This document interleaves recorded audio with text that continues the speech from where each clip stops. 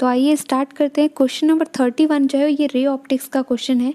इसमें पूछा गया है कि यदि किसी ऑब्जेक्ट को हम रेयर मीडियम में से देखते हैं, ठीक है, फ्रॉम डेंसर मीडियम, जैसे कोई डेंसर मीडियम मान लीजिए वाटर से अगर आप एयर में देखेंगे तो आपको यहाँ पर कोई ऑब्जेक्ट रखा है वो किस तरह का नज़र आएगा। ये क्या होगा कि आपको far away than real distance, जैसे अगर आप यहाँ पे मान लीजिए वाटर है, वाटर से क्या हुआ कि यहाँ आप एयर में देखते हैं, तो अगर ये ऑब्जेक्ट ठीक है पास है तो भी आपको डिस्टेंस जो है वो ज़्यादा नज़र आएगी। अब इसके बाद नेक्स्ट क्वेश्चन देखिए, when the ray of light entered from denser to rare medium, ये टोटल इंटरनल रिफ्लेक्शन का है। यहाँ पे आपको कंडीशन बता दी गई है और आपको राइट आंसर बताना है कि ये कौन सा फिनोमिना है। तो इसका राइट आंसर है टोटल इंटरनल रिफ्लेक्शन। जो हमने 2017 का पेपर सॉल्व किया था फिजिक्स का, उसमें मैंने आपको इंटरनल रिफ्लेक्शन काफ़ी अच्छी तरह समझाया था, इसलिए मैं यहाँ पे उसको रिपीट नहीं कर रही हूँ। अब इसके बाद नेक्स्ट क्वेश्चन देखिए, ये करंट इलेक्ट्रिसिटी का क्वेश्चन है। यहाँ पे पूछा गया है which of the following is equal to current. आपको जितना भी फिजिक्स का फॉर्मूला है जो भी इंपॉर्टेंट है, फॉर्मूला से भी काफ़ी क्वेश्चंस पूछे जाते हैं। तो इसका आंसर क्या है, charge upon time, Q upon T, ठीक है। यूनिट टाइम पे कितना चार्ज वहाँ पे फ्लो हो रहा है, इसी रेट को ही हम कहते हैं करंट कहते हैं।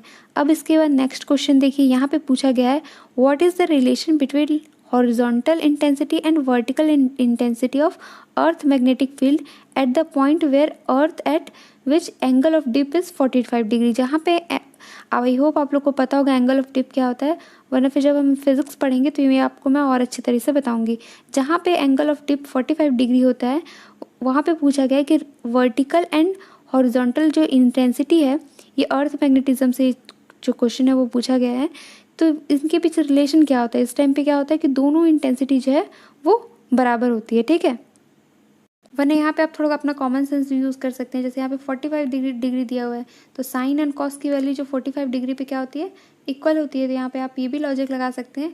बाकी हम जब फिजिक्स पढ़ेंगे तो इसे हम डिटेल से पढ़ेंगे। अब इसके बाद नेक्स्ट देखिए क्वेश्चन नंबर 35। इसमें पूछा गया है when light ray is incident on a denser and transparent medium from a rare medium, then जो लाइट होगी वो क्या होगी, मतलब कि रिफ्लेक्ट होगी, रिफ्रैक्ट होगी, ट्रांसमिट होगी। तो इसका राइट आंसर क्या है, ऑप्शन नंबर डी, ये तीनों ही होगी, ठीक है।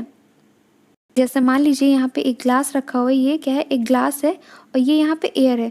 कोई भी लाइट जब यहाँ पे इंसिडेंट करेगी तो क्या होगा, कुछ अमाउंट ऑफ लाइट जो है वो यहाँ से रिफ्लेक्ट हो जाएगी, कुछ अमाउंट यहाँ से रिफ्रैक्ट हो जाएगी और उसके बाद कुछ अमाउंट की लाइट जो है वो ट्रांसमिट हो जाएगी। अब इसके बाद नेक्स्ट क्वेश्चन देखिए, ये क्वेश्चन पूछा गया है टेलीस्कोप से पूछा गया है। यहाँ पे F0 और FE के बीच जो है वो रिलेशनशिप पूछा गया है। F0 O जो लिखा है उसका मतलब होता है ऑब्जेक्टिव पीस, और उसके बाद E जो है ये टेलीस्कोप, E जो है यहाँ पे पूछा गया आई पीस का। मैंने आप लोगों को रे ऑप्टिक्स जब पढ़ाया था, मैंने इसके वीडियोस भी हैं। तो इसमें क्या है, ये दोनों के बीच का रिलेशन जो है ये आप, इसका डेरिवेशन भी होता है, तो ये आप वहाँ से देख सकते हैं। इसका जो राइट आंसर है वो है F0 is greater than FE। ये जो होता है ये बड़ा होता है, इसका जो फोकल लेंथ होता है वो बड़ा होता है, तो ये दोनों के बीच रिलेशन है। आपको इस तरह के क्वेश्चंस जो है वो प्रैक्टिस करके अपने आप को तैयार रखना है, क्योंकि ये जिस टाइप का, जैसे इसमें क्या है कि इसमें काफ़ी बड़ा सा डेरिवेशन है, डायग्राम में, इस टाइप के क्वेश्चंस आ नहीं सकते। तो MCQ के फॉर्मेट में इसी तरह के क्वेश्चन जो है वो बनते हैं। अब इसके बाद नेक्स्ट क्वेश्चन देखिए, यहाँ पे पूछा गया है good solar cell fill factor. ये भी क्वेश्चन रिपीटेड है, ये भी क्वेश्चन हम सॉल्व कर चुके हैं 2017 के पेपर में। इसका आंसर है 0.8। इसके बाद नेक्स्ट क्वेश्चन है साइन वेव हैज़, ठीक है, इसका ऑल ऑफ द अबव। इसमें 4 क्वाड्रेंट होते हैं, इसमें 1 पीरियड होता है, 2 अल्टरनेशन होता है। अब इसके बाद नेक्स्ट क्वेश्चन पूछा गया है what is the approximate peak value of voltage in house hold appliances that uses 230 volt AC source. मतलब जहाँ पे 230 वोल्ट का AC सोर्स यूज़ होता है वहाँ पे पीक वैल्यू क्या होती है वोल्टेज की। तो इसका राइट आंसर है ऑप्शन नंबर सी, 325, ठीक है, 325 वोल्ट। इस तरह के जो डाटा बेस्ड हैं ये क्या है आपको याद रखना है, क्योंकि इसमें क्या है, इसमें कोई कॉन्सेप्ट नहीं है, इसको आपको सॉल्व नहीं करना है, इसको आपको जस्ट याद रखना है, क्योंकि क्वेश्चंस भी रिपीट होते हैं। अब उसके बाद देखिए क्वेश्चन नंबर 40। इसमें पूछा गया है the relation between induced electromotive force in coil rate of change of magnetic flux, ठीक है। ये आपको इलेक्ट्रोमैग्नेटिक इंडक्शन जो क्लास 12th का टॉपिक है उससे क्वेश्चन पूछा गया है कि दोनों के बीच रिलेशन क्या होता है। तो इसका आंसर क्या होता है, directly proportional to each other. दोनों एक दूसरे के डायरेक्टली प्रोपोर्शनल होते हैं। इसके बाद देखिए क्वेश्चन नंबर 41, इसमें पूछा गया what is the frequency of alternating current in domestic use in India. Frequency क्या होती है जो घरों में हम डोमेस्टिक यूज़ के लिए यूज़ करते हैं अल्टरनेटिंग करंट। तो इसका जो आंसर है वो है 50 हर्ट्ज़। ये आपने अपने स्कूल टाइम पे भी पढ़ा होगा, ठीक है। इसके बाद देखिए क्वेश्चन नंबर 42, इसमें पूछा गया है X ray can not pass through bone. जो बोन ये जो एक्सरेज होते हैं ये बोन के थ्रू क्यों नहीं पास हो पाते। इसका राइट आंसर क्या है, क्योंकि बोन्स की जो डेंसिटी होती है वो काफ़ी हाई होती है, इसलिए ये इसे पेनिट्रेट नहीं कर पाते। इस क्वेश्चन को आप एलिमिनेशन टेक्निक से भी सॉल्व कर सकते हैं, क्योंकि यहाँ पे दिया है कि डेंसिटी हाई और लो दोनों दी हुई है। इसका मतलब क्या होता है, ऑल ऑफ द अबव तो हो ही नहीं सकता, ठीक है। उसके बाद बोन्स आर थिक, ठीक है, ये भी नहीं हो सकता। अब आपको ऑप्शन इन दोनों में से ही चुनना है। अब अगर यहाँ पे बोलेगा कि डेंसिटी क्या है, लो है, लो है तो इसको पास हो जाना चाहिए था। तो इस वजह से यहाँ पे आप अगर थोड़ा सा दिमाग लगाएं तो आप इसका आंसर करेक्ट कर सकते हैं। इसके बाद नेक्स्ट क्वेश्चन देखिए, यहाँ पे पूछा गया है heating effect of current does not depend on the following factor. किस फैक्टर पे डिपेंड नहीं करता। तो जैसे मैंने आपको कहा फिजिक्स के फार्मूलाज जो होते हैं वो काफ़ी इंपॉर्टेंट होते हैं, तो इसलिए आपको जो इंपॉर्टेंट फार्मूलाज है वो आपको याद रखना है। हीट का फार्मूला होता है H=I²RT, ठीक है। और भी इसके कई फार्मूला होते हैं, V²/RT, ठीक है, ये भी फार्मूला इसका होता है। तो इसमें क्या है, कौन सा टर्म इसमें नहीं आ रहा है, I भी आ रहा है, यहाँ पे R भी आ रहा है, T भी आ रहा है, ठीक है। तो यहाँ पे हो जाएगा कि यहाँ पे कोई नहीं है, तो नन ऑफ द अबव, क्योंकि अभी मैंने बताया आपको कि V²/RT भी होता है हीट का फार्मूला। तो इस वजह से क्या हो जाएगा, वोल्टेज पे भी डिपेंड करता है, इसलिए नन ऑफ द अबव इसका करेक्ट आंसर है। अब इसके बाद नेक्स्ट क्वेश्चन देखिए, पूछा गया है magnetic susceptibility of diamagnetic material at 20 degree Celsius. ये भी आपको याद रखना है, ये भी याद रखने वाला क्वेश्चन है, क्योंकि इसमें कोई कॉन्सेप्ट नहीं है। अब ये समझ लीजिए मैग्नेटिक सस्पेक्टिबिलिटी क्या होती है। जैसे किसी भी डाईमैग्नेटिक मटेरियल पे आप क्या कर रहे हैं कि आप अप्लाई कर रहे हैं मैग्नेटिक फील्ड। मैग्नेटिक फील्ड जब आप इसमें अप्लाई कर रहे हैं तो ये कितना मैग्नेटाइजेशन जो है वो रिटेन करके रख रहा है, ठीक है, उस चीज़ को बोलते हैं मैग्नेटिक सस्पेक्टिबिलिटी। अब इसके बाद देखिए नेक्स्ट क्वेश्चन। इसके बाद नेक्स्ट क्वेश्चन यहाँ पे न्यूमेरिकल है 45 एंड 46। इसमें क्या बोला गया है कि जो दो बल्ब हैं ये क्या न्यूमेरिकल है, इसे आप इलेक्ट्रिसिटी, ये काफ़ी इजी है। इसमें पूछा गया है कि पावर कंज्यूम्ड, यानी ये दोनों सीरीज़ में जुड़ी हुई है, तो इसमें आपको सिंपली पावर निकालना है, तो इसे आप इजीली सॉल्व कर सकते हैं। अब देखिए क्वेश्चन नंबर 46, इसमें बोला गया है कि resistance of each arm of triangle, मतलब कि ये ट्रायंगल है और यहाँ पे क्या है, ये इस तरीके का रेजिस्टेंस निकला हुआ है, लगा हुआ है। तो आपको क्या करना है, what will be the total resistance between any two point, मतलब इन दोनों के बीच, मान लीजिए कोई भी दो पॉइंट आप सेलेक्ट कर सकते हैं, इन दोनों के बीच जो इक्विवेलेंट रेजिस्टेंस होगा वो किस तरह का होगा। तो सीरीज़ एंड पैरेलल का कॉम्बिनेशन किस तरह से होता है, किस तरह से आप सीरीज़ एंड पैरेलल को पहचानते हैं, ये भी मैंने कराया हुआ है, आप प्लेलिस्ट में जाके देख सकते हैं। अब इसके बाद नेक्स्ट क्वेश्चन देखिए, इसमें पूछा गया potential difference between any two electrode is equal to EMF of cell when cell is.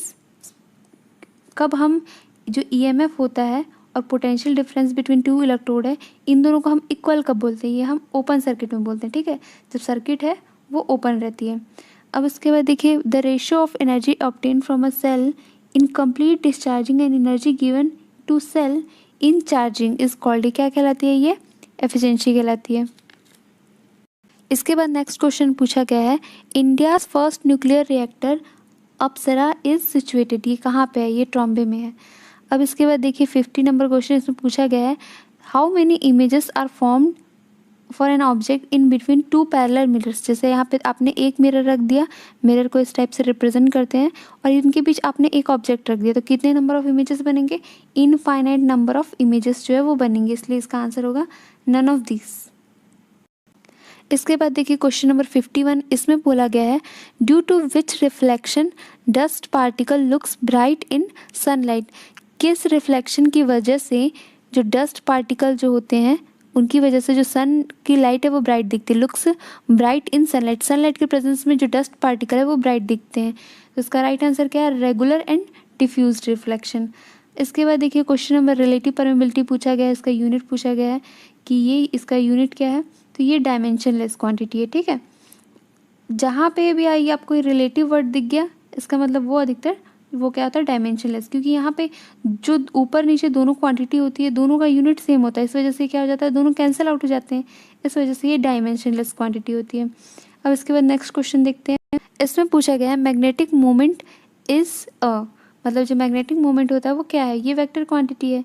काफ़ी इजी। अब वेक्टर और स्केलर क्या होता है, वेक्टर मतलब कि जिसमें मैग्नीट्यूड और डायरेक्शन दोनों हों, ठीक है, जिसमें कि ये दोनों इंपॉर्टेंट हो। और स्केलर क्वांटिटी किसे कहते हैं, कि जिसमें सिर्फ आपको मैग्नीट्यूड। नेक्स्ट क्वेश्चन देखिए, यहाँ पे पूछा गया है concave lens has focal length of 15 centimeter and image distance is 10 centimeter then object distance.